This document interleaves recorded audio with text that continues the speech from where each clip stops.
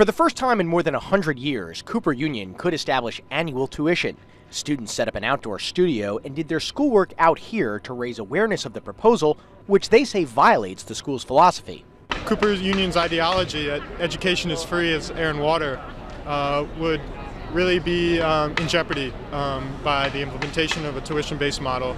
And we really need to find other ways to solve the financial issues, the problems that the school is having right now.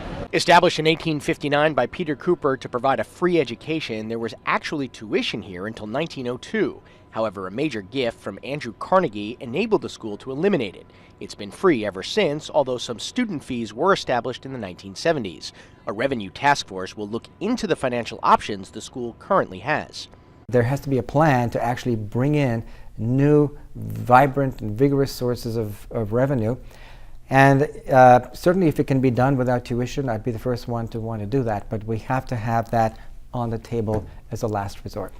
Cooper Union relied on its real estate holdings and other sources of income to keep tuition free, but a sinking endowment and other financial concerns have imposed a new economic reality.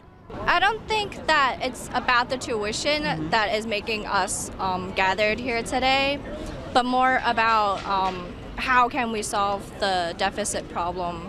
Cooper Union has 900 students in its art, architecture, and engineering programs. Students are admitted through a very selective admissions process that is merit-based. Some faculty join students for the walkout. When we understand what's happened to the money and what the major expenses are, then I think it's useful to engage in a conversation as to what happens after that. So certainly not a done deal. The task force will consider tuition among other options. It's expected to report back in the spring.